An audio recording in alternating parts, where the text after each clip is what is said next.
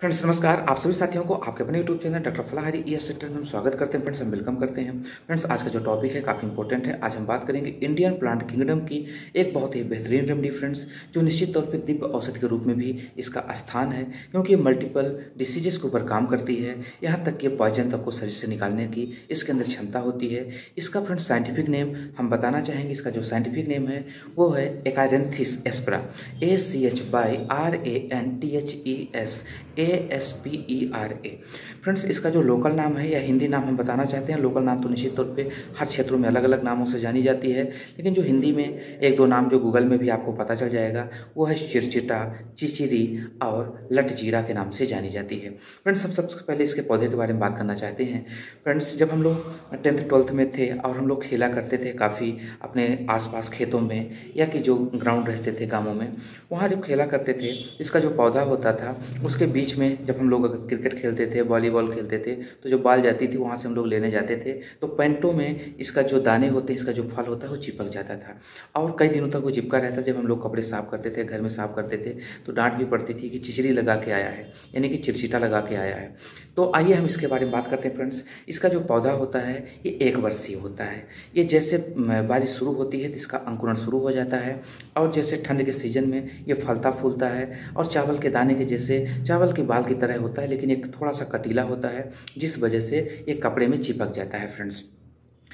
और गर्मी के सीजन में लगभग इसका पौधा और फल दोनों सूख जाते हैं और जो इसका फल होता है वो धीरे से गिर जाता है और हवा के माध्यम से एक दूसरी जगह पे ये इम्पोर्ट एक्सपोर्ट यानी कि ट्रांसपोर्ट हो जाता है और उसके बाद होता क्या है कि अगले सीजन में पुनः तैयार होता है। फ्रेंड्स इसका जो पौधा होता है ये बहुत बड़ा नहीं होता, लगभग इसको अपन समझ सकते हैं कि 2.5 से 3 फीट के आसपास का होता है। थोड़ा सा कुछ जगहों पे कम ज़्यादा भी हो सकता है। फ्रेंड्स कोई स्पेशली हमारे पास माप नहीं है, हमने एक एवरेज बताने का प्रयास किया है। तो फ्रेंड्स आइए हम इसके बारे में बात करते हैं कि इसके अंदर जो मेडिसिनल प्रॉपर्टीज़ हैं वो क्या कैसे हमारे शरीर पे किन किन डिसीजेस के ऊपर काम करती है।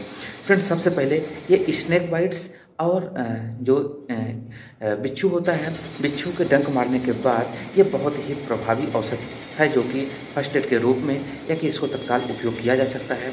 लेकिन फ्रेंड्स एक चीज़ बताना चाहते हैं, स्नेक बाइट्स के लिए ऐसा कहा जाता है कि इसकी जो पत्तियां हैं उसको पीस के उसके मुख में 2 से 3 बार 20-20 मिनट के अंदर में डाल दिया जाए। अगर पेशेंट अनकॉन्शियस भी हो गया है तो ठीक हो जाएगा।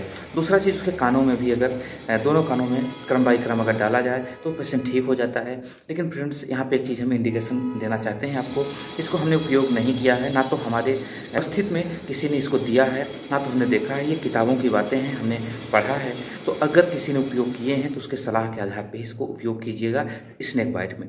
और चीज़ों का तो उपयोग हमने किया है, हमने देखा है, हमने खुद भी किया है, लोगों ने भी किया है, लेकिन स्नेक बाइट में हमने उपयोग नहीं किया है। इसलिए किसी को कोई दिक्कत है तो सबसे पहले अपने हॉस्पिटल ही जाएं और अगर कोई एक्सपर्ट है, डॉक्टर है, वैद्य है, तो एक बार आप उनसे कंसल्ट कर सकते हैं।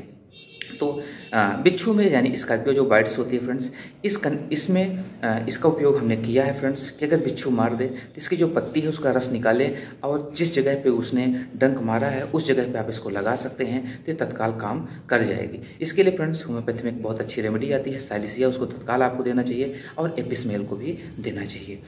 आगे हम बात करना चाहते हैं फ्रेंड्स कि इसको अगर जैसा कि बिच्छू अगर काट ले या कि वहाँ पे डंक मार दे तो उसकी जो जड़ होती है उसका रस मुख में डालना है और जो पत्ती है पत्ती को ऐसे मुड़ा के उसको रस निकाल के उस इन्फेक्टेड जगह पे आपको लगाना है।